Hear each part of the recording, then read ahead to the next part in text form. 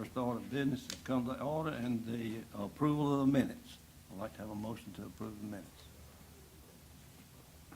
I move that we approve the September 5th, 2023 CTC minutes as presented. Okay, got a motion to approve the September the 5th CTC meeting. Do you have a second? Second. Second from Mr. Keating. Any discussion? Any discussion or comment? Hear it none. All in favor, raise your right hand and say aye. Aye. Unanimous vote. Under old business, recommendation for one-time money paving program for 2024, Director Robert Hall. Mr. Hall. Good evening, Mr. Chairman and Council. I'm here tonight to offer our recommendations from Public Works. Our recommendation is to pave Friendship Drive and Angel Road with the one-time allotted money that we got from the state. Okay. Where is Friendship Drive?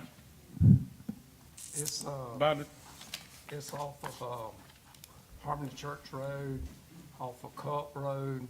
that's where that's at? In Edgemore? Yes. Well, yeah, it's, if you go down Wiley's Mill Road and take a left on Harmony Church, and you get up to Simpson Road and Cup Road, it's, I got you. it's an area right in there. I got you. Any more? Yeah, Angel Road is actually in my district. The road is in need of being paved. It's been gravel forever, since I was a little kid. There are several houses on that road. I think those citizens, taxpaying citizens, deserve to have that road paved. It's just never been paved, and being a county road and having that many houses on it, I think they deserve that. You got about 6 or 7 houses over there beside my mother. Yeah, he do. Okay. Mr. Chairman, just to remind everyone that at the last CTC meeting, Mr. Hall made a recommendation to pull one of the roads because it was a state road and not use the one-time money for that state road since we had already met our state road obligation. We asked for recommendations from council members on any of the roads in their districts, and we did get some of those. All of those were state roads as well, except for the one in Mr. Guy's district that he had recommended. So in an effort to preserve that, making this money for the county road, Mr. Holland made the recommendation here. And communication was made to all other council members that had made recommendations, just so that they understood where we were on that. We're going to leave a $115,552 balance in that one-time money. And we just, instead of allocating that to another road right away, let's make sure that since this is a one-time allocation, that if we have any overages, it's covered by that balance. If not, then we can go back and take a look at some of these other roads as well to put that money towards some of the smaller ones that were recommended. I know it's, you ride down these roads, especially county roads, and you don't have a hard time picking one out. No, sir. You don't have a hard time picking one. I'm telling you, it's, you can just about ride down the road and pick it out because it's roads that definitely need repairing. And I know every time the citizens call us about, well, when you gonna get to my road? My road hasn't been paved in 20 years, and all this other comments they come up with. All you can do is feel for them, tell them, well, you're on the list, and we're gonna get to you and try to get to you as quickly as possible. But a lot of times that doesn't satisfy them, and it's just a hard thing to come about and get these roads fixed. And I'm glad to see that we can get these two fixed and maybe make some people happy with this. And when you have some of those concerns, we still have small project funds. We actually had one, I'm not sure whose district it was in, Mr. Hall, the one we got last week. It was actually, I think the member of our community emailed me directly. I don't think he went through any of you guys, but I had Rob, he was talking about it was on a gravel road, but there was a pothole in it big enough to drive a truck in, and Mr. Hall went out there and actually looked at it, and It's actually being fixed they're this week. being, yeah, fixing it this week. So a lot of times those calls come directly to us, and we try to use those small project funds to take care of some of that minor stuff to patch us up till we can get by as well. When you say small project fund, how much money are we talking about? We got a remaining balance of about $80,000 in that. There was roughly 100 and, was there 130? Am I right in that? The small projects was, Our estimated costs were more, but I think we only had 130,000 in it. So we've already picked a couple of small projects, so, and when I say small project, where we only rip a portion of a road up to fix something that's just really bad in an area. Ain't that, Robert Hall, ain't that Bonnie Lane over there where Corey Angel Road is? yes, sir. It's right That's beside a it. road ain't never been paved neither. That's where my mother stay at. And it's right on in Corey's district too. It's a little bit different. It's still about roads, but I wanted to bring it up because I noticed it when, Saturday on my way to Columbia.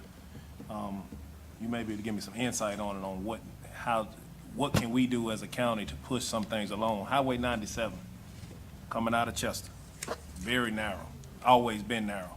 But now it's narrow and the road is in terrible condition. Every time you go down Highway 97, you hit a bump, it'll throw you out of your lane into the, to the other lane. Right. And it's that way all the way to I-77. And I was just thinking about it driving. I said, I wonder what we can do as a county to push the state to fix roads like that, because sooner or later, we're gonna lose one of our Chester County citizens to that road, because that, even though it's a state road, that road is in terrible condition coming out of Chester on the way to I-77. And just wondering what we could do to push the state into doing something about that road. Well, we have a pretty good relationship with the local state offices here. I can, go meet with them and hopefully maybe we can push up a little If faster. you drive down it, you'll see what I'm talking about. When you'll hit a bump. It's so bad now, when you hit bumps, it pulls you over into the oncoming traffic. And a lot of times, they can provide us with a future forecast of the roads that they're in line to be paved, and it's possible that it's already in line, and I'll find that out for you and let you know. Thank you. I think they stripped part of that road already out almost A at little, 70. a little piece of it was Yeah. stripped from the exit ramp Yeah. to the beginning of where those new houses started. That's around right. 7. That That's little right. piece right there was stripped. So I'm thinking that they're getting ready to I hope so. put top coat. I was out there probably about 2 hours ago. They've done a big paving project on the other end over at Great Falls. They've widened the, I guess it'd be the eastbound lane, and now they've started on the westbound lane, and it's almost wide enough to be a 4-lane now. Yeah. They're continuing We on need out that coming back into Chester. 55. So there is hope. I had no notice that they were gonna do that paving project. They just started doing it. Mr. Brown, I had a few people that talked to me about Bethlehem Road. Ain't that in your Yeah. district? And they was talking to me about it, and I told them that I was gonna let you know. Oh, That's I a concern. realize that. It's and I real feel bad. sure- I feel sure Mr. Hall realizes the condition of that road too. Yes, sir. I got you. It's Thank you. horrific. I mean, it's terrible. Yeah, it's terrible. Talking about, the one, but while you're talking about Highway 97, how about mention just the bridge over 77? I know Mr. Vaughn, he can pass that thing. That bridge- It even acts like it's got potholes in it. I look for them to close that one, since they'll close one Yeah. in my end of the county in a heartbeat. Yeah. I wouldn't be surprised if they didn't close that one. I'm telling you, it's, I don't know the words to explain that. Well, Mr. Guy brings up a good point. I won't mention her name, but a doctor in this county was on a horrible wreck right in there around where Hazelwood Farm is, and she survived, but later passed away from something else. Mr. Faulkner or Britt may even know, we've had a terrible wreck down there just recently where people were killed, right in that same area. that you're talking about. So it's already been deaths concerned with that road. Yeah, it's, those roads, I know they had a death down there off of 97 this past week, I think, where a fellow, it wasn't because of the road, I don't think, but stepped out in front of the mail, going to his mailbox, stepped out in front of a car. Well, it's so narrow, I would say it probably is because of the road. You don't have any, when I used to drive a truck, and Mr. Killian can attest for that, and I used to leave out of Chester. That was one of the scariest roads to leave out of town on, because truck is already wider than the car, so you can't veer off at all. And it's just a narrow road. So, yeah, we need to do something about that road. All right, thank you for Mr. Hall for that information, and we'll try to get that going, and appreciate what you do. Need a vote? We're going, I second it. taking the motion to close. Yeah. Who first? Who made the motion? We ain't nobody made the motion. No, we need a motion. No, Good, you go right ahead. we need a motion to You want close. to do the motion? this- I'll make that motion. All right, I'll second. second, okay, Ms. Moses, second, all in favor, close the CCT meeting, say aye. Raise your Aye. right hand. Aye. This is, Okay, To recommend. oh, we want, To recommend. The motion to recommend. okay, well, I make a motion to approve the one-time money paving program for 2024. okay, got a second? Second. I got a motion, second, any further discussion? Here, no further discussion, raise your right hand, say aye. Aye. Now we'll entertain a motion to adjourn. I make a motion to adjourn CCTC. A second. Second, okay, all in favor, raise your right hand and say aye. Aye. Meeting adjourned. Okay, it's a few minutes after 6, so we'll go right on into our regular meeting here this afternoon. So, it is Monday, October the 2nd, at approximately 3 minutes after 6 p.m. I'd like to call the Chester County Council meeting to order. If we would, stand and pledge allegiance and have an invocation. I pledge allegiance to the flag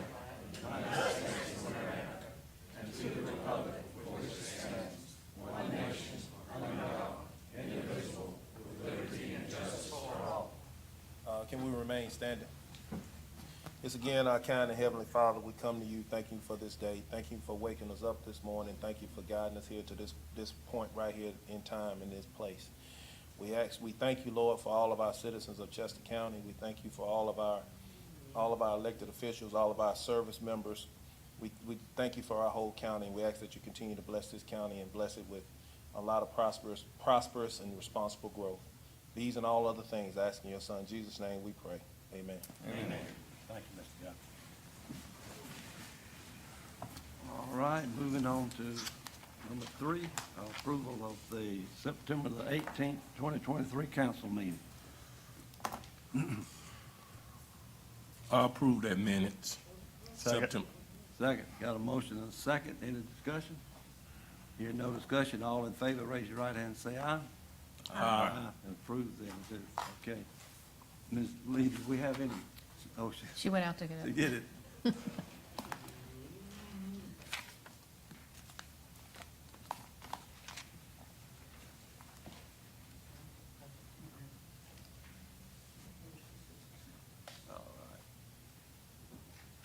All right, we'll go to the citizens' comments to start with there.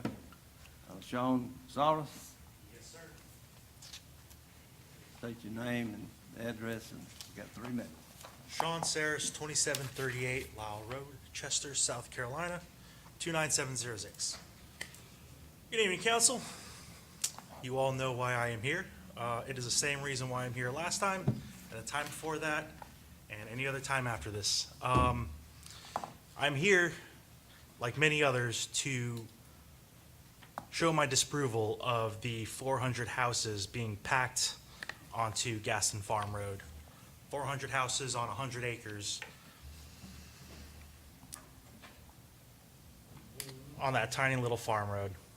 Now, last time I was here, I talked about trying to find some kind of common ground where we could build, the county could generate revenue, developers can earn some money, and the folks in the area won't get railroaded. I would like to hopefully see that, if not with this development, but with future developments. Ideally, I would like this council to leave the zoning as is for the Gasson Farm Road property, 400 houses on 100 acres. We would really like to leave that zoning as is, industrial. And like I said, I would like to see some kind of, hopefully, some kind of solution. I'm certain there's something that we can come up with where the developers can make money, the county can earn revenue, and we can keep the county rural. And that's really what it is. Chester County is a beautiful rural county. And we're going to turn it into Fort Mill. We're going to turn it into Charlotte. And that's what a lot of us are opposed to. That's what I'm opposed to. So that's it. I've got nothing more to say. Just, I'd really like to see some kind of common ground that we could reach, where the county can earn revenue, developers can make money, and we can keep the county rural. That's it. Thank you, sir. Okay, next is Ms. Susan Covis. Good evening, council. It's nice to see you. You all have helped us before, and welcome to Mr. Hester. Glad to finally meet you. I'm here with Workability. I'm the chair of Workability, and many of y'all have already supported us and know what we're about, that we're a 501c3 that belongs to a group of special needs parents, and we're always working to advocate for those children because they need help and opportunities and jobs and recreation and just lots of areas. So I'm here tonight to support Britt Stoudemeyer and all the great work that he is doing. In conversations with him, it sounds like there are plans afoot possibly to do ADA compliant fields where our children could play ball, possibly even do a miracle league. A lot of our young people are already driving to Rock Hill to play ball and have experiences that otherwise they can never have because they cannot play ball on a regular team. So it's a lot of excitement for them. But I would just ask for any support that y'all can give to him, and we want to offer your support too, because we can maybe offer some things. It takes a lot of volunteers sometimes for Parks and Rec programs, and we want to offer that support to you tonight. So thank you very much. Thank you, Ms. Covis. Okay, we got Ms. Roxanne James. Good afternoon. I'd like to ask you a question. Now, you see you signed up for the public hearing too, but. Yes, sir. You gonna speak to both of those, or you gonna do it at the public hearing also? It's up to you, sir. You're the chairman. Well, it's up to you. You got the privilege of speaking twice. Okay, I'll do twice then. Okay, all right. Because right now I want to thank you. The Rodman Ballpark is on your agenda tonight. Thank you. My name is Roxanne James, 3007 Still Village Road, Rock Hill, South Carolina, Chester County. Thank you. I'm excited. I looked in the packet. I saw the drawing. I commend the Parks and Rec Tourism Director for his thinking outside the box, something we hadn't considered. I love the four-field design on the left. I think it's great. I have one concern. When I look at the plan, and it, like I said, I just briefly got to look at it on my phone. When you turn to come in the emergency entrance, you do not need a batting cage in front of you if you're driving a fire department truck. If you look at that again, I think you will want to move the batting cages away from the emergency entrance towards the concession stand. Just something I'd like you to think about. Thank you. All right, thank you, ma'am. Okay, that ends the citizen comments, and we move to number 5, is the public hearing. It is for the second reading of 2023-19, approving the execution and delivery of the development and agreement between the county and Gaston Springs LLC regarding the Gaston Farms Road project and other related matters. The second public hearing will be held on October the 16th, 2023 at 6 p.m. at Mark Carlisle Building, Chester County Government Complex. Do we have anyone that, Ms. James, did you want to speak on that?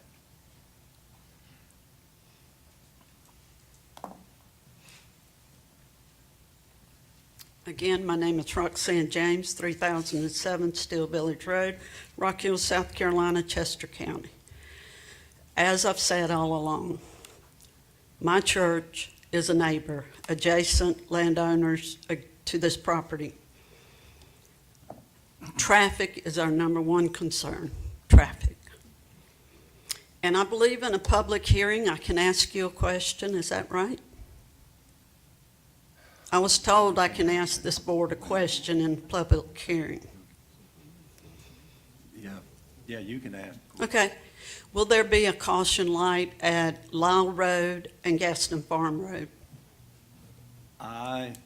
That would be left up to the highway department, and they're gonna do a traffic study, is my understanding of how the highway department does that. And I feel sure that, you know, if it's necessary, well, I don't know. I can't speak to what the highway department would do, and that would fall upon the SCDOT. And that's probably the same answer for Gaston Farm where it comes out on Lando Road. There is no sight. When that road ends on Lando Road, you cannot see either direction. I strongly suggest a traffic caution light at Lyle and Gaston and Lando and Gaston. And of course, I've asked many times for a red light in front of GT Tire, Highway 9 and Lyle Road.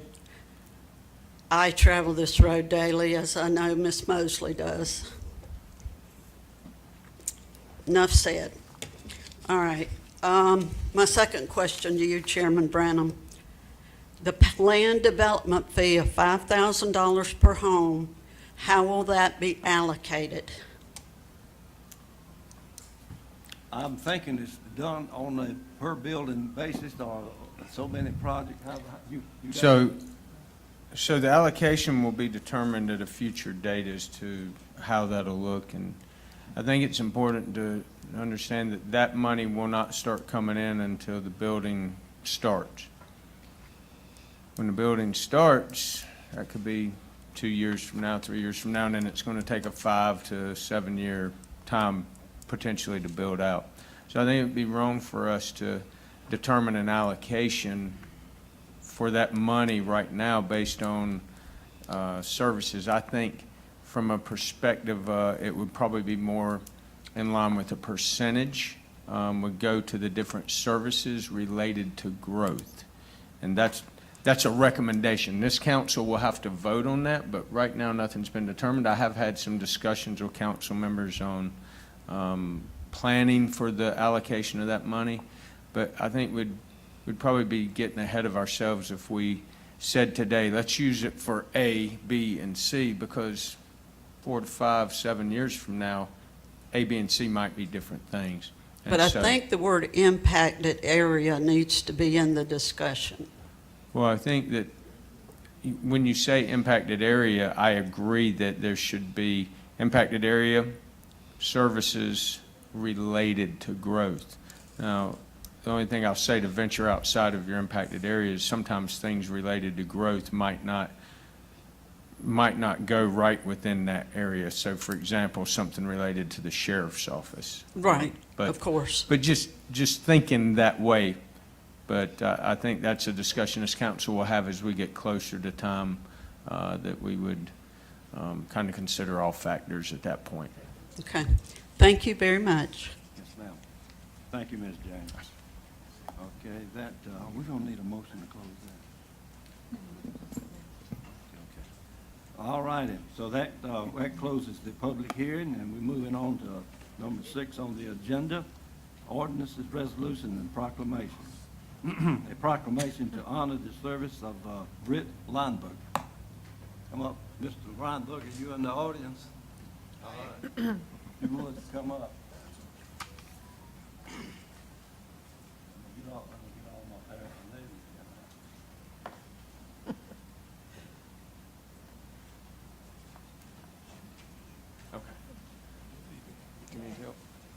need help. We got it.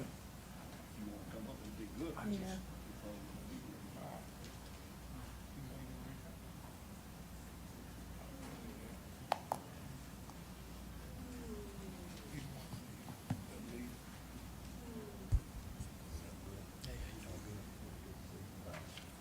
All right, Britt, this is sort of the county council's time to honor Britt for his accomplishments and the things he does for the county. I don't know how many of y'all attended the big barbecue dinner he had for him, but that was quite a gala affair there. It was good. It was good, and I think everybody enjoyed that. So we, as just a county council, we'd like to give you a little something here to hang on the wall there and to show you our appreciation to you and what you've done for the county as a whole there. So this here is a proclamation to honor the service of Britt Lineberger. Chester County does hereby recognize Britt Lineberger for over 30 years of continuous service to Chester County EMS community and to Chester County in general. Britt has been formidable in his support and efforts for the constant improvement of EMS. The significant accomplishments of Britt are long and distinguished and are certainly too numerous to list in this proclamation, but Chester County wishes to highlight a few. I got 3 pages here, and it's not double-paged, so if anybody would like a copy of this, we'll be glad to get it to you. May put it on there, but it's quite extensive. Some of those are Chester County EMS service license from basic life support, which is BLS, to advanced life support, ALS. And the next one is ended on call schedule for Chester County EMS and was the first 9/11 service in South Carolina to change shifts from 24/48 to 24-72. In addition, and to add an additional shift, wrote treatment protocols for patient care to include other first responders. Made Chester EMS one of the first services in South Carolina to meet the mandatory electronic patient care reporting requirements. And another one here is served as an interim for IT for Chester County and rebuilt the Chester network. When asked for a list of his accomplishments, Britt Lineberger stated that he was just doing his job. And at the other meeting we said when Britt was up giving some statements about his service here, he said, if you loved your job, you never worked a day in your life. So Very true. yeah, so good. So that was, I thought that was very good. Now therefore, Chester County Council proudly recognize the commitment, persistence, and dedicated service of Britt Lineberger to Chester County EMS and to Chester County, done on the meeting duly assembled this second day of October 2023, signed by myself and Ms. Karen Lee. I'd like to present that to you. Thank you very much.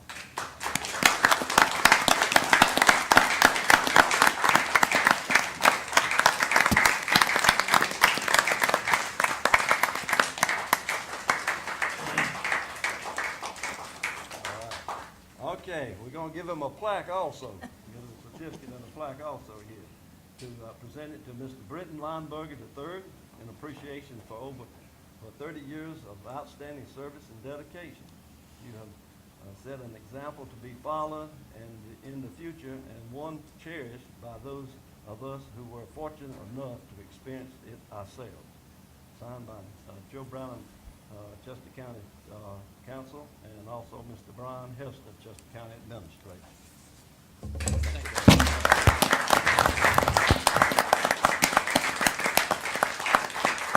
Thank you, Bill. Thank you for your service, man. Hope to see you around, boy. Thank you. I'll be around. I'll be around. This man saved my life. There was 4 people, and he was one of them. I got to see my grandkids born. I didn't see them grow up.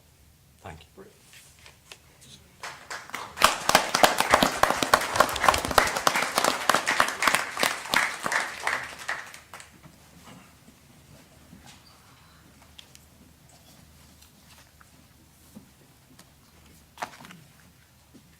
So if I may, I'll take the opportunity as well, Brett, to just thank you for your service. 30 years is a long time. And, we always appreciated the work you did. And, I always knew you were very, very smart, very capable. And we just appreciate you bringing that to Chester County and all the time you spent here. Thank you.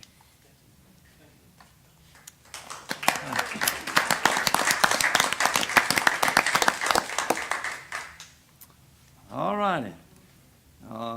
B under number 6 is the second reading of 2023-19, approving the executive and execution and delivery of a development agreement between the county and Gaston Springs LLC regarding the Gaston Farm Road project and other related matters.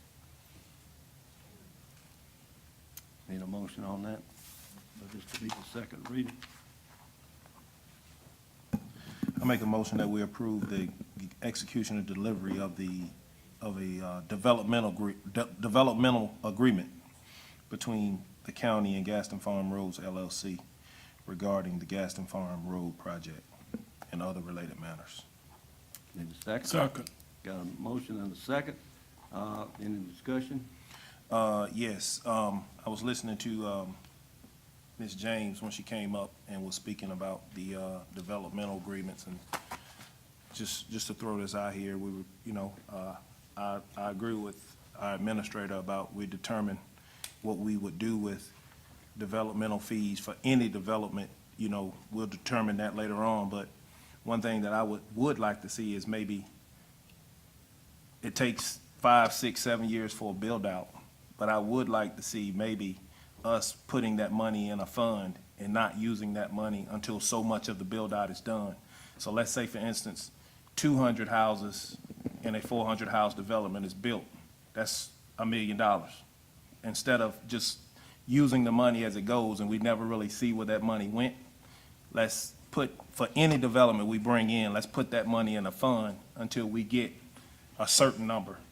It may be 500,000, it may be $1 million, it may be 2 million, but I think we can utilize the money better if it's in a lump than just using it haphazardly throughout the year and not really knowing what we put the money to. Just a suggestion. Any other discussion? Comment? So along those same lines, I too, Ms. Roxanne, she's still here, yeah. I absolutely believe any money gained from these fees needs to go right back in that area to support that growth. And so I just want to say that on the record. Well, it almost has got to do that, Pete. If you're gonna have impact fees will make you spend it right back where it's collected at. If you're gonna break it up and divide it and do whatever with it, then that needs to be a negotiated deal where everybody understands that X gets X, Y gets Y, and everybody gets that. Because what's happened, Mr. Hester, I hate to say this, but there's one person that lives in the Richburg Rural School District area that works for Chester County. And what we need to do is make sure what money is collected and spent, some of that money is reallocated back into those areas where we're doing that. And Chester's got to be looked after. The whole thing needs to be a real good way of looking at how we do this. But spending the money back into the area is important. I agree. Any further comment? I think all the recommendations are right in line, or all the comments that were made. And Mr. Guy, back to your comment, it definitely would be a recommendation to wait till those funds were all collected. Again, that's why we went the developmental fee route and not the impact fee route. And Ms. Winters' recommendation we would put that in an ordinance, just like we did the fund balance. So we could guide it that way, and we could guide the ordinance. Again, I think this would be a workshop we have. We don't have to have it today or tomorrow. We're not there yet, obviously. But it would be, all of your comments are right on. Thank you. Any further comment? All right. All in favor of the second reading of 2023-19, raise your right hand and say aye. Aye. How many was that? 6, 4, and all opposed? One, two opposed, 5, 4, and 2 opposed. Mr. Bond and Mr. Agee opposed on that. This is 4.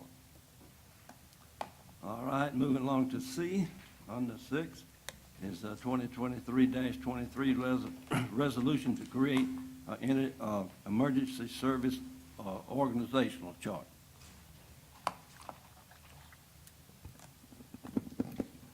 Need a motion on that. I make a motion that we moved with the resolution to create an emergency services organizational chart. Second? Second. Second by Mr. Vaughn. Any discussion, comment? I believe Mr. Hester may have. I think you guys are all looking to me to kind of explain this. So again, this is the Emergency Services Director, Director of Emergency Services. It's taking our Director of Fire, County Fire, and Director of EMS, and it's merging them into one leader.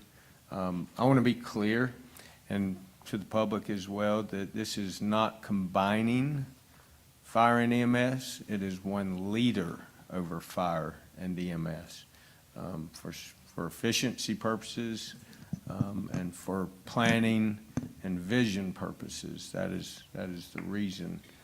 So there'll be one director, and then there'll be a deputy director who will be over EMS, and there'll be a deputy director that'll be over county fire. Other than that, the org charts underneath those positions will stay the same. All right. So we're, for the public's clarity, we are adding a position, correct? We're actually are not. We're actually doing away with the position. We're reducing by one position. So we're taking 2 director positions and creating Making it one one. director position. The 2 deputy, there's already 2 deputy Okay. type. They may be called something different right now, but those positions are there. I got you. So we actually reduce the number by 1. Well, only thing I have to say about it is I think in the right direction of what we're trying to do. But I will tell you, the administrator of York County resigned effective April. Okay. And fire's got something to do with that. So we have to be very, very careful in what we do. Thanks, sir. All right. Any further comment? Hearing none, all in favor of the resolution for the emergency service chart for 2023-23, raise your right hand and say aye. Aye. All in favor? Unanimous vote. Okay, moving along to D, 2023-24, resolution to amend Chester County Administrative Organization Chart to include Emergency Service Director. Need a motion on that? I'll move that we approve 2023-24. Okay. Second. Second from Mr. Killian now. Any comments or questions?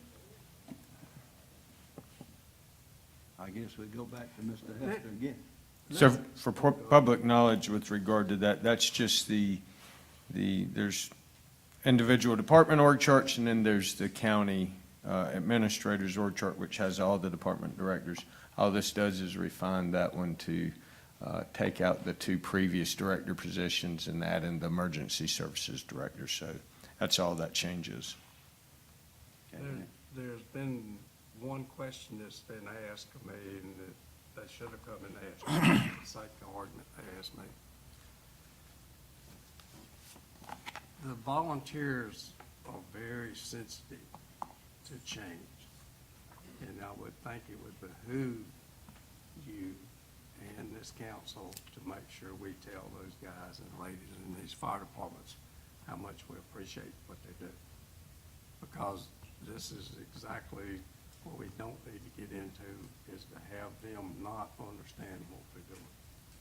And, it's just critically important to do that, because they do it for nothing. When we start hiring people, then there's an issue with that with the bonds. Okay, any further comments? Hearing none, all in favor of 2023-24 resolution, raise your right hand and say aye. Aye. Unanimous vote. Okay, Mr. Hester, ready for the administrative report. All right, I'll try to be brief, but it probably will not be possible tonight. So I got a lot of stuff to cover in this. I apologize, but the first thing I want to do is to cover just real briefly the discussion that we had about, I think, Ms. Dodson, I saw, there you are. I saw you, and then you brought up a point about the sediment runoff at Knightsbridge, which prompted us to take a little bit further action. And so I just kind of want to cover exactly what we did regarding that information as well. So I'm just going to read it. It makes it much more simpler on my side than trying to remember things. But this was in my administrator's report to council. And I talk about an attached memo from Mr. Levester, which I'll read, regarding a complaint and what the actions that we took for future with regard to plan developments and the complaints with regard to environmental and erosion control. So Mr. Levester actually, him and I talked right after that meeting, and I'd given him some assignments to look into. And so I'm just going to kind of read through his memo back to me. Chester County received a complaint on Knightsbridge Bridge, planned development located on Edgeland Road. The complaint was in reference to sediment runoff into a nearby creek. We contacted South Carolina DHEC on Monday, September 19th, 2023, and spoke with DHEC representatives. And I'm not going to use their names, but one of the representatives stated that they would visit the site and inspect the silt fencing, the sediment ponds and pond discharge weekly, as well as review the weekly reports performed by a third-party environmental inspection firm, which DHEC used. Further, we requested our inspection company. They actually had an environmental erosion control specialist, and we actually brought them in for a second opinion. Mr. Levester actually attended the site with all of these individuals on Wednesday. I said Monday the 19th, that was Tuesday, and then Wednesday, September 20th, he went to the site, and the silt fencing, sediment ponds, and the discharge area were inspected. They spoke to the project managers that were also on site and discussed multiple concerns that our staff as well as the inspection staff had.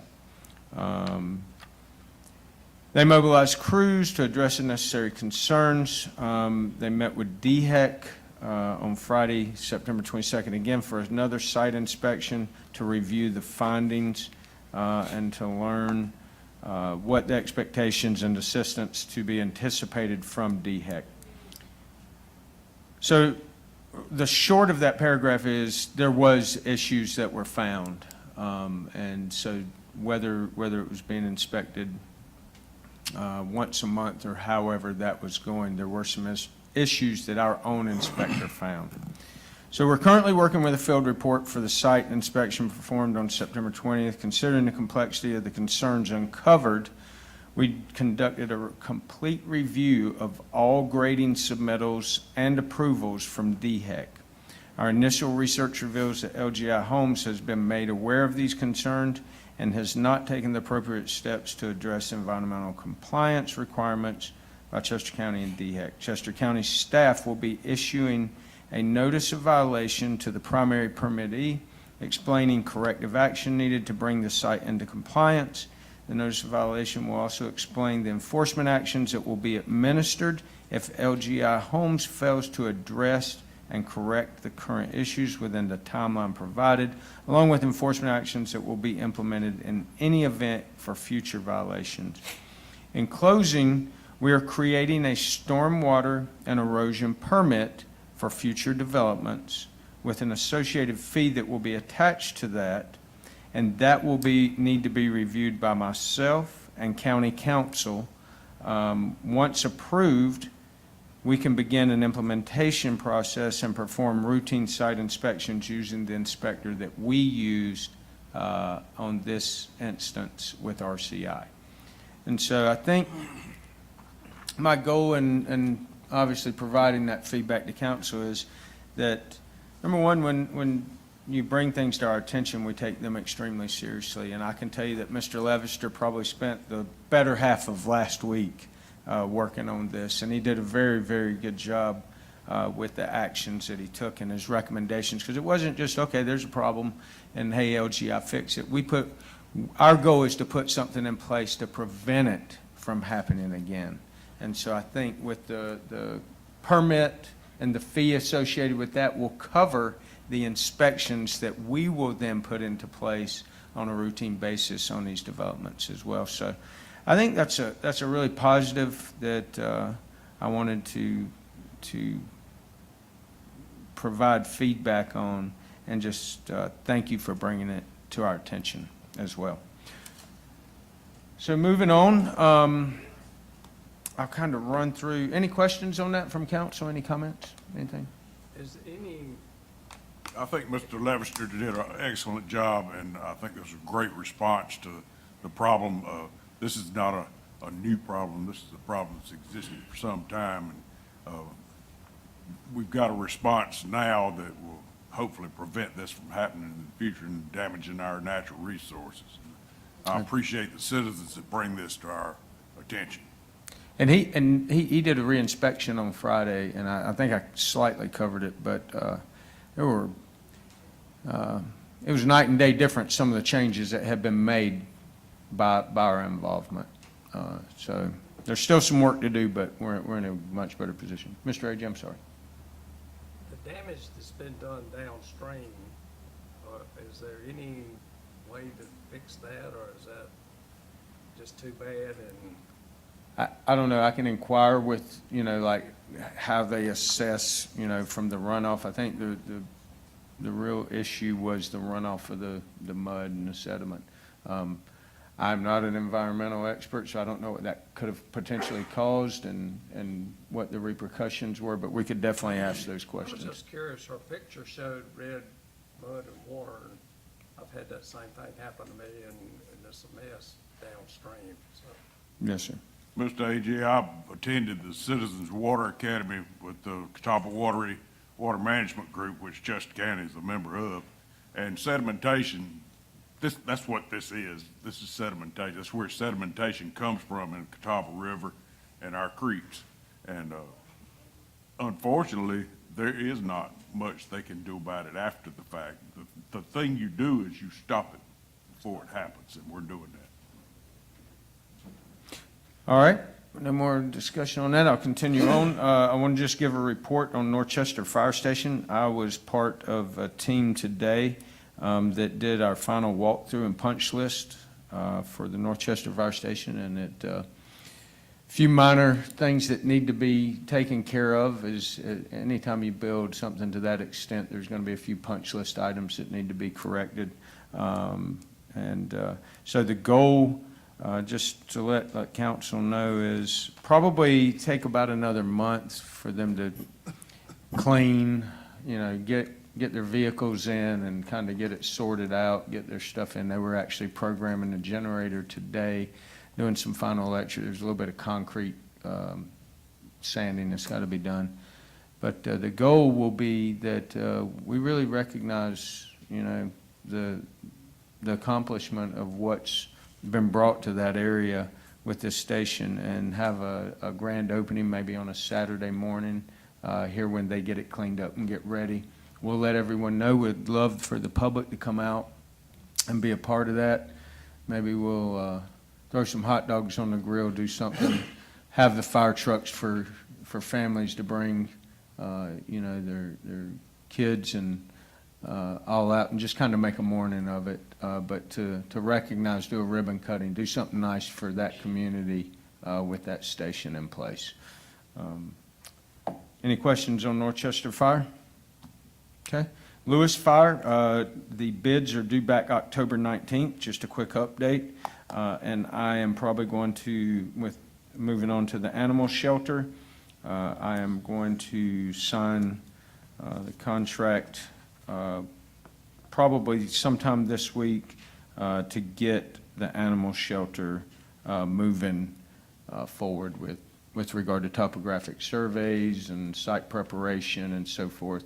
We've gotten a preliminary cost opinion that falls within our budget. And again, we know how preliminary cost opinions are, but I feel pretty confident in this one and some of our design and what's taken place on the front end. So that will be moving forward. We've had one interview for our animal control director position. We did that on Friday.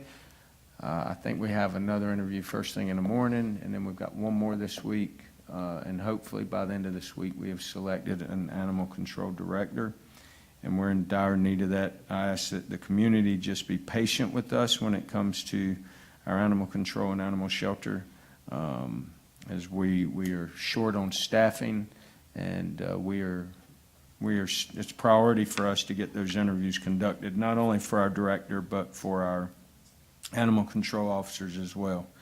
Our project manager position, we have done all the initial phases of interviews, and we are going to be we've narrowed it down to 4 candidates, and probably be conducting the final interviews for those 4 candidates sometime next week is the goal.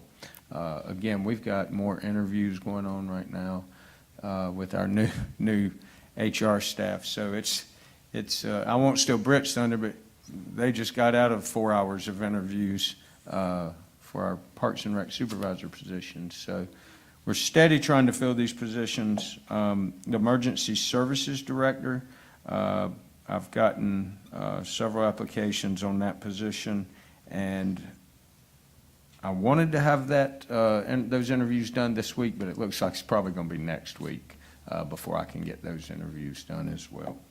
Open enrollment has started for all county employees, and that started October 1st, and so today's actually the first working day for that. But this is a time when employees can make their changes without to any of their benefits, not including life-altering events that they had. I'm not going to steal Britt's thunder. I promise not to do that.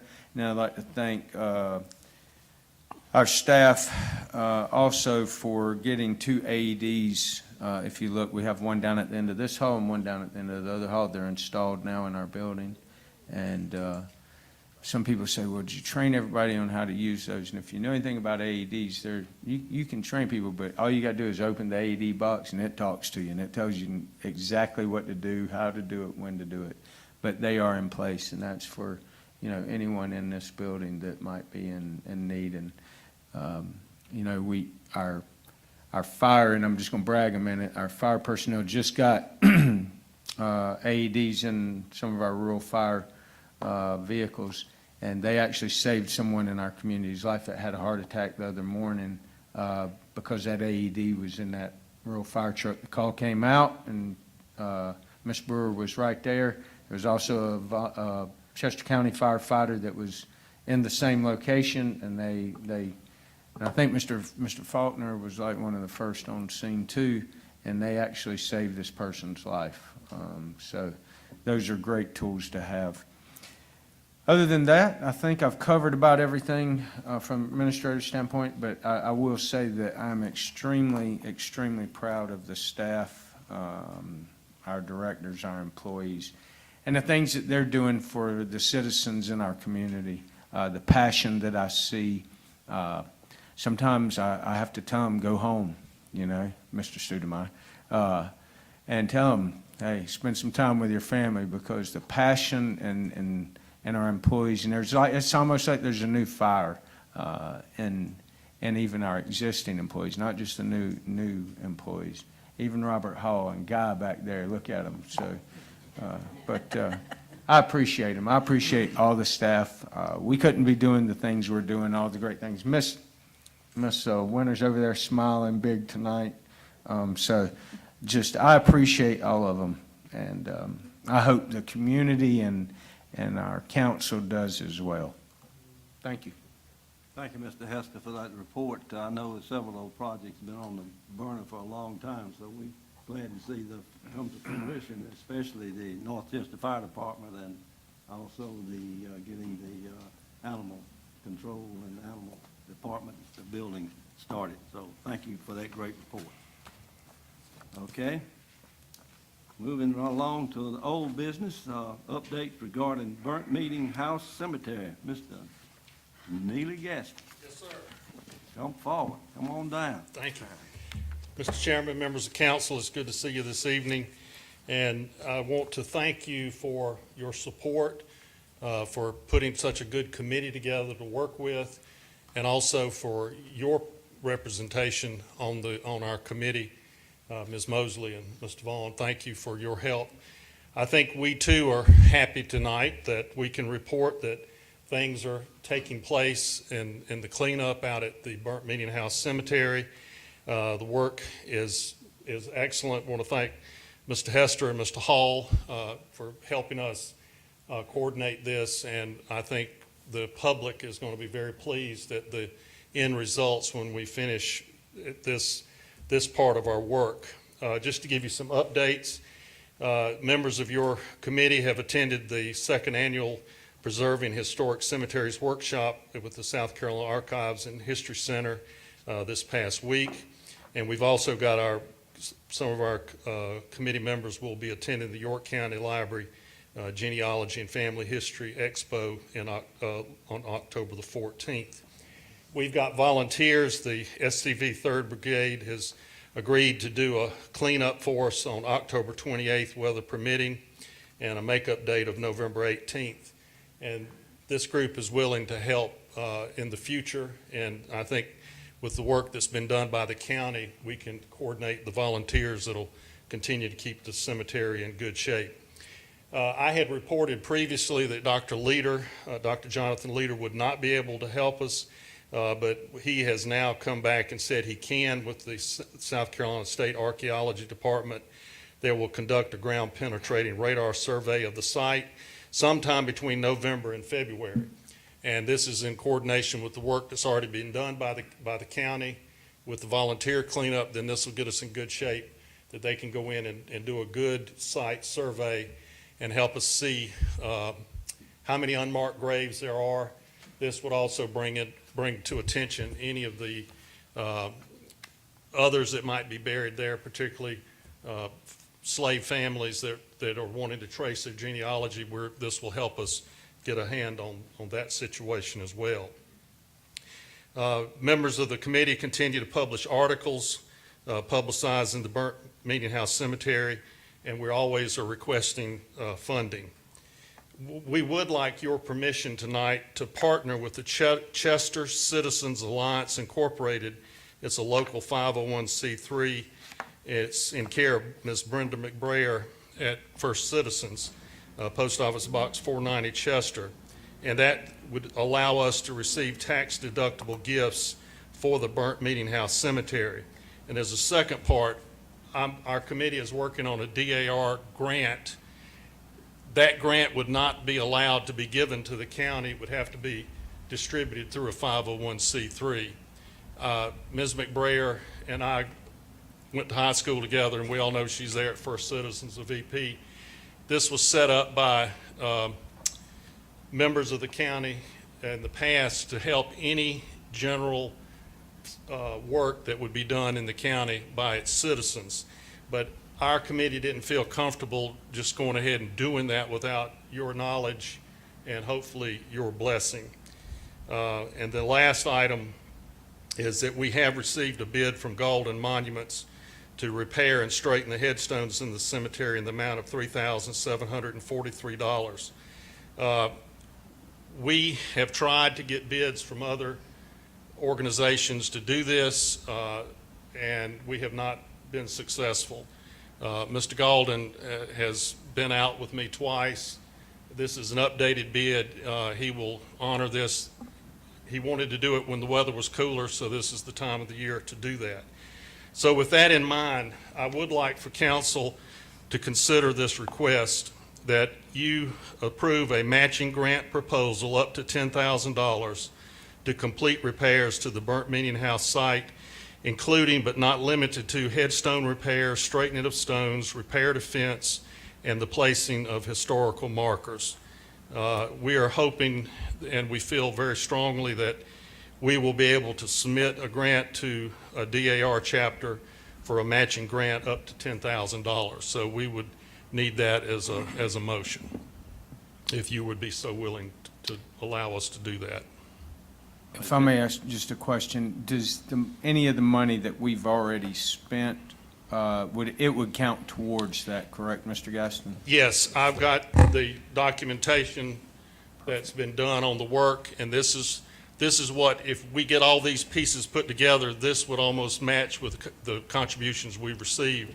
We should qualify for the $10,000 grant match right now, Fantastic. with your permission.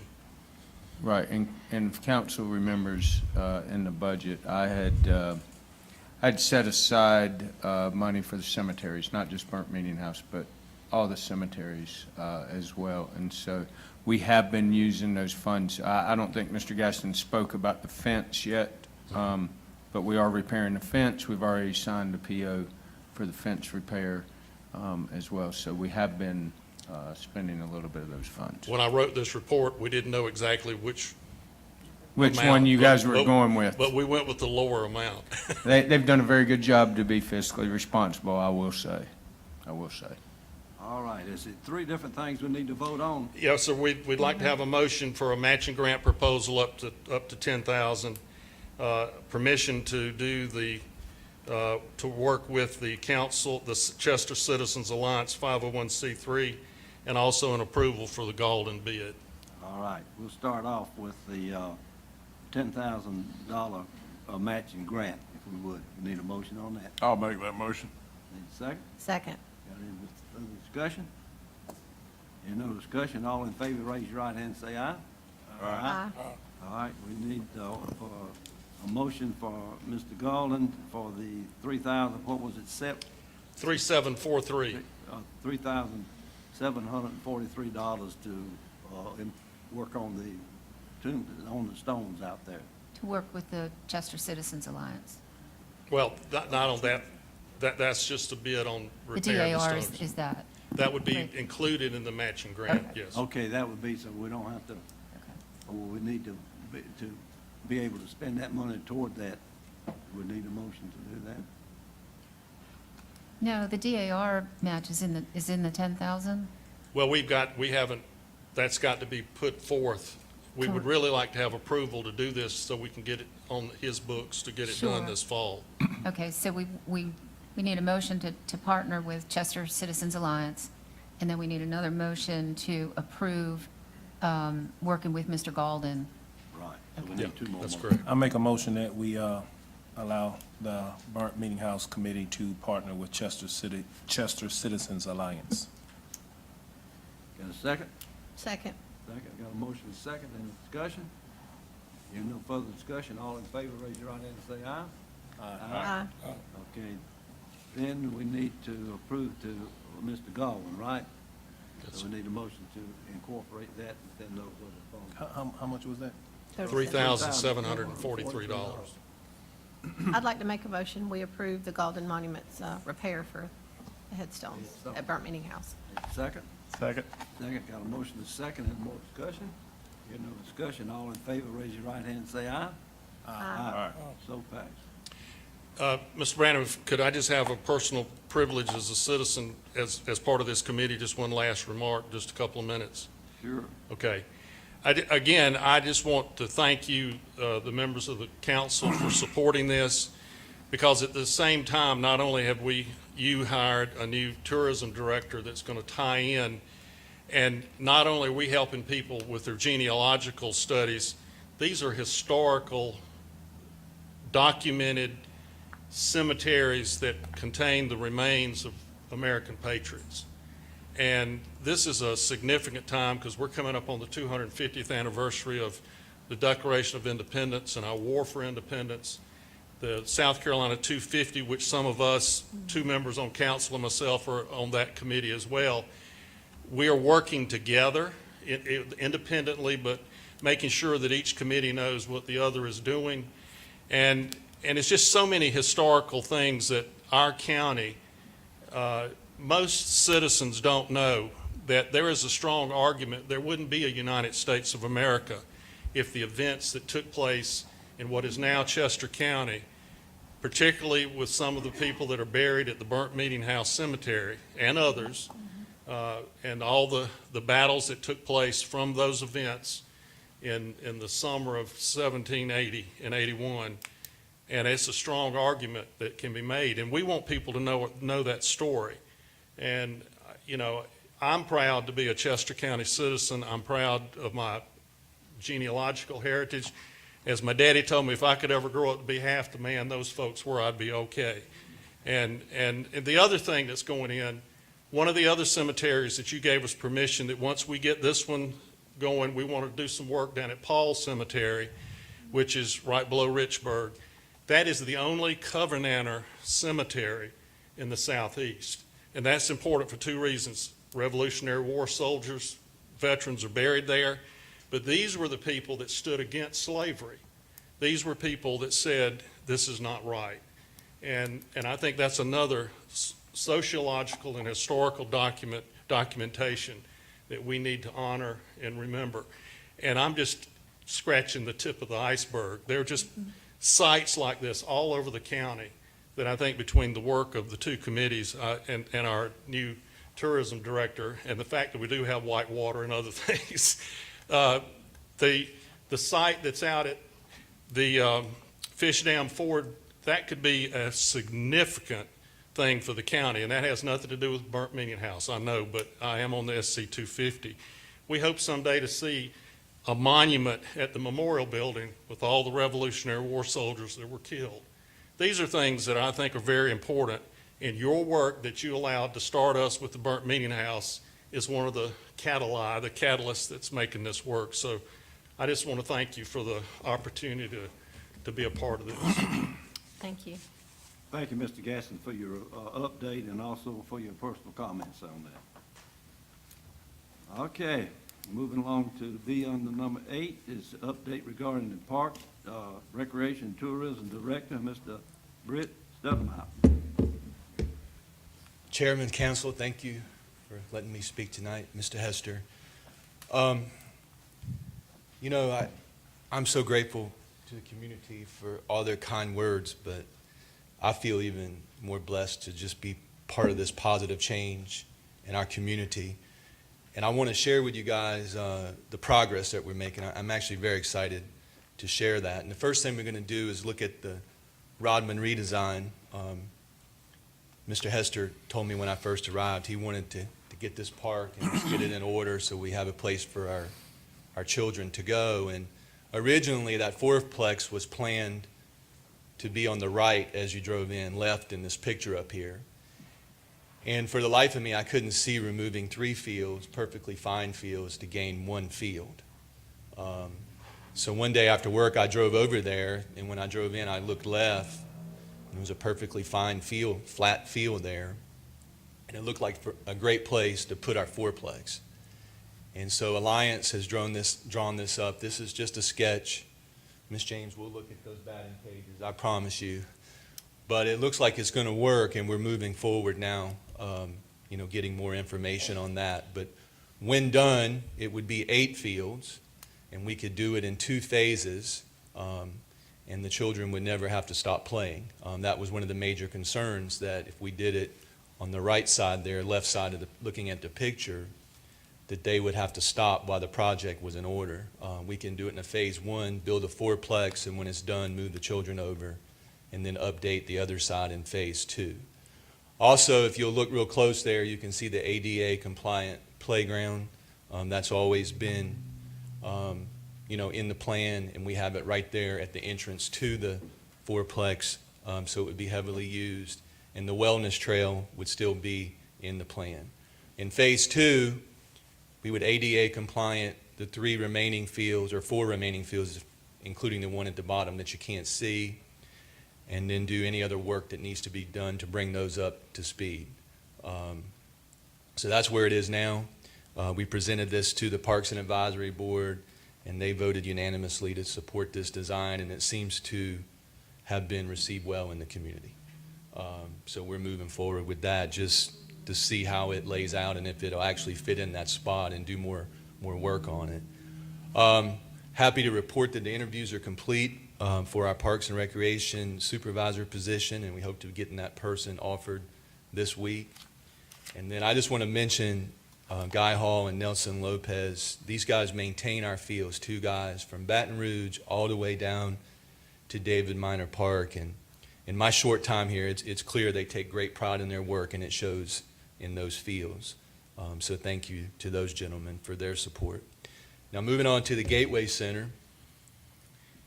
I pulled up some data to report on January until present. And this year, we're having a career year at the Gateway on the revenue end of things. We're up 6.5% over last year, which was a career year. To put that into perspective, not including a COVID outlier in 2020, we're up 49.5% over the 6-year average. And that's just the start.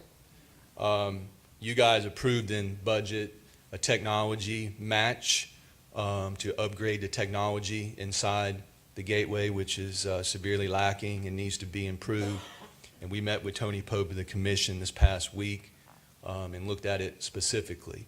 We re-looked at how we wanted to do that, and instead of bringing everything up to a good level, we decided that if we were going to do it, we wanted to do it exceptionally. So we're looking at it in a phase 1, 2, and 3 by rooms. And our hope is to bring the salon area, which is 4 rooms, with the latest technology on the market so that we can really promote conferences. And so the technology would start and move across the 3 main areas there. And Mr. Pope was very excited about this, and I think it's going to really have a positive impact on our revenue. Today, we met to discuss the possible options for the sign. You guys budgeted that on a match. Mr. Pope wanted us to look at different avenues on how we might want to do that, and we have some exciting ideas there, so we just started looking at that.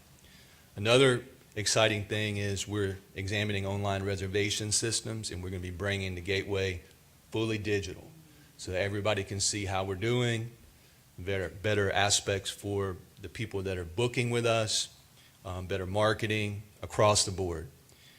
I also want to share with you guys an economic impact of the Gateway. I've seen most of you guys around, so you know I get around during the week at different places.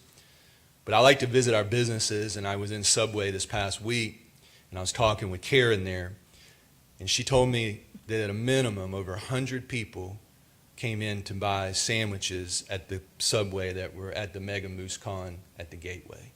Now think about that. Minimum 100 people in 2 days spending their money in one of our local businesses. That's awesome.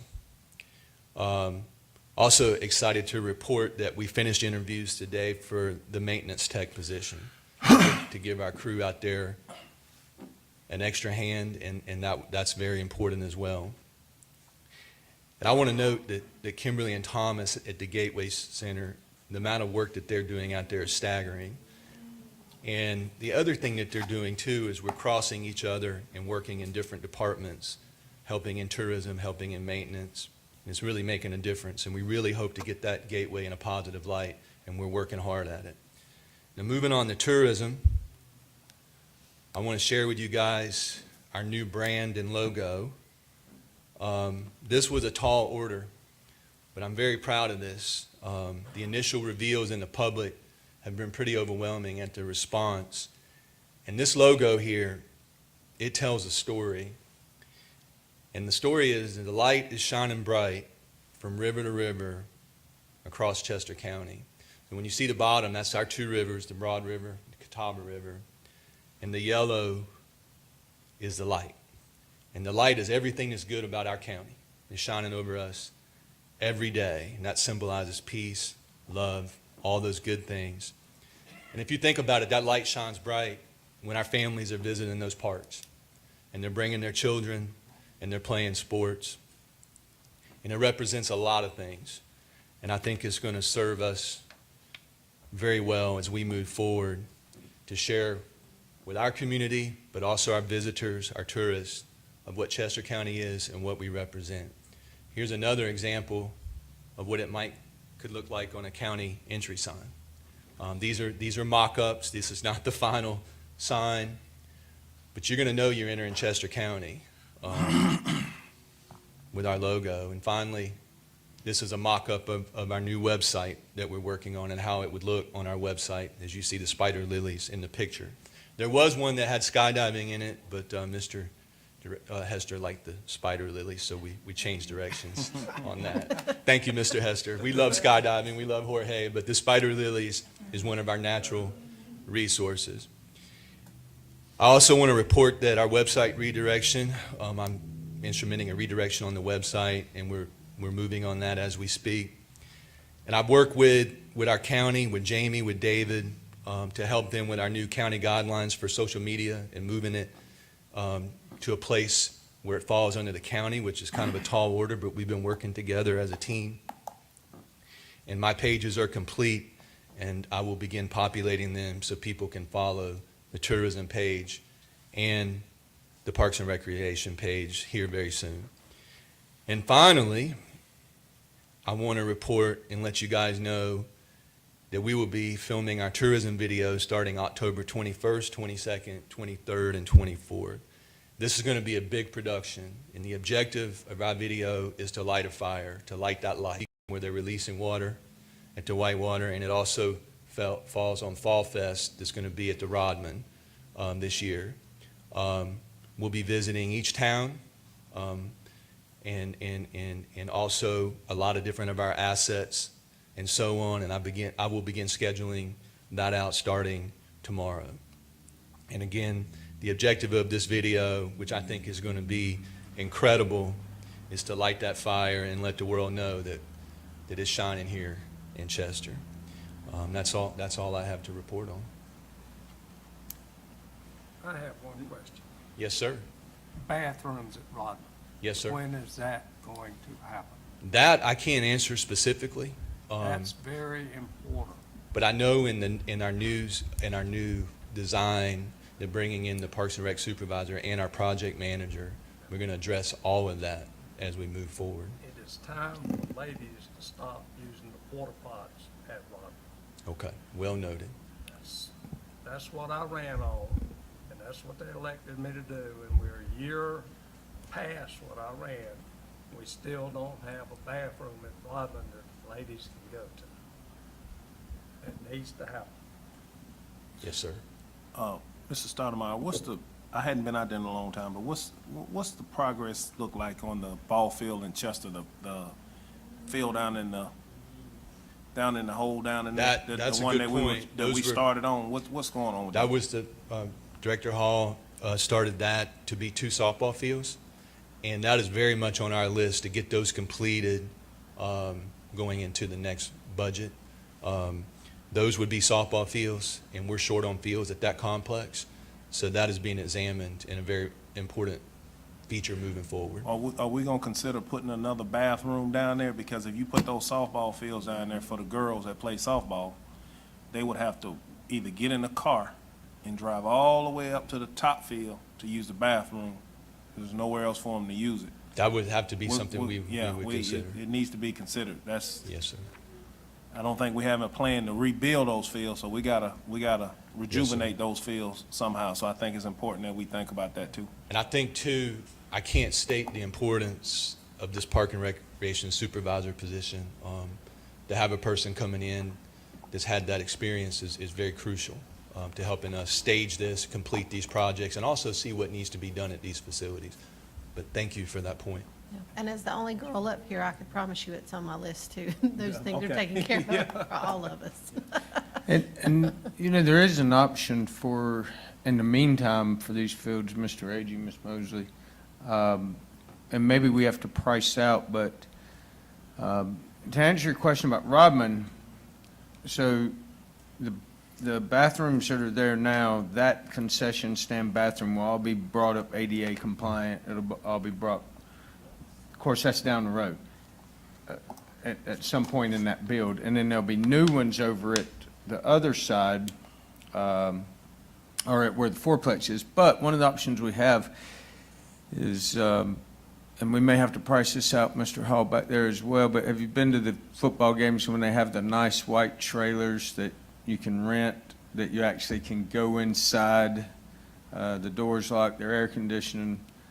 I see you doing this, but maybe for when seasons are going on and so forth, we can make some accommodations, because we do pay quite substantial amount for Porta-John rentals. So I know those would be a little bit more, but we can also use that out of a certain budget too. What Mr. Guy's asking about is my understanding that not anything at the baseball field at Dawson Drive. Dawson Drive is ADA compliant.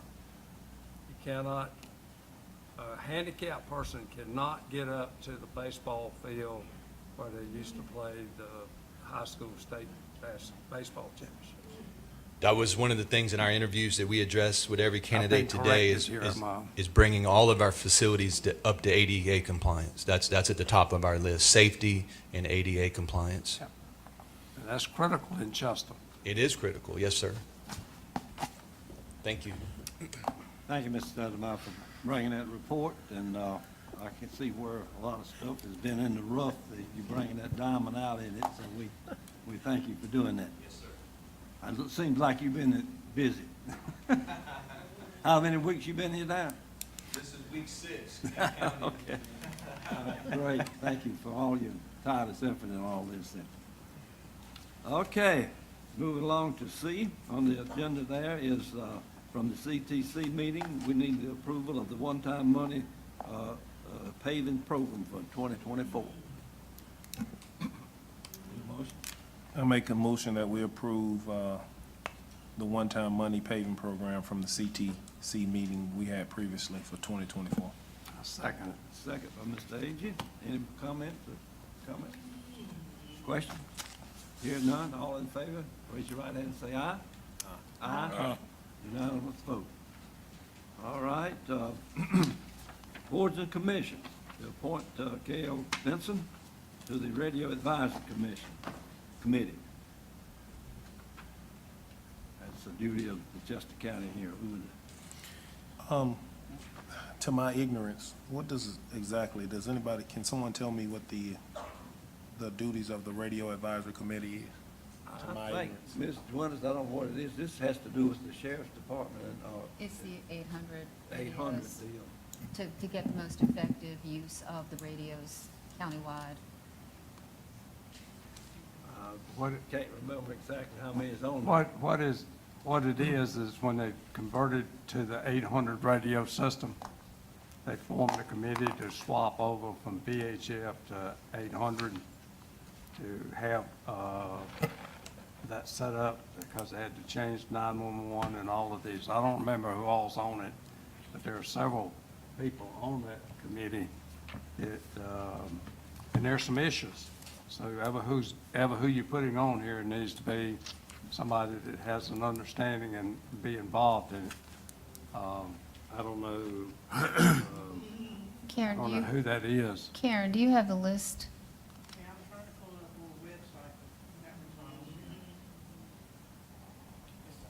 I don't know, maybe, This is Chief Mr. Tate? Williams may know. No? Okay.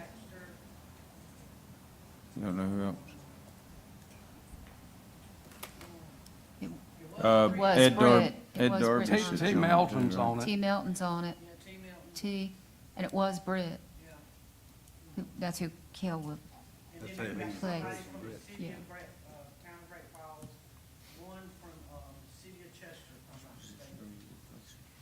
Okay, thank you. I was just curious. I'll do some research on it myself. Thank you. All right. Any more comments or questions? The only thing I'll add to that, if we're replacing Mr. Lineberger's position, whoever, maybe waiting, whoever we hire in that emergency services director position might be the person you want to recommend. Mr. Chairman, could I make a motion? We wait till Mr. Hester gets somebody in that position before we appoint somebody on this radio committee. This is, This one is replacing Barkley. And there, this replaces Barkley, Yeah. so then there will be a seat with Britt leaving. So this is two, oh, okay, I'm sorry. I thought it. Is he replacing Britt? Is that it? Well, Barkley. it's replacing Barkley Ramsey, who is the fire coordinator and was the fire coordinator, and then replacing Britt. So there's two positions, actually. Which one is this one for? This is for Barkley's. And did you say one for the town of Great Falls? Yeah, I just can't think of his name right now. We do have a person. Jay knows. Jay should know. Chairman, Yes. last Thursday night, the fire commission met, and they voted to, nominate Mr. Cale Benson for that position, with the caveat that if he can't attend the meetings, that he appoint somebody to take his place at that particular meeting. So the fire commission voted to nominate Cale for y'all's approval.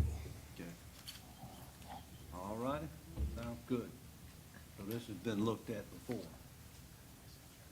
All right, Mr. A, was that in the form of motion? If it didn't receive a second, it failed. I make a motion, we follow the recommendation of the Royal Fire Commission to appoint Mr. Cale Benson to the radio committee. Right, okay, that's good. Second, Second. please. I'll second. Second on that. Any further discussion?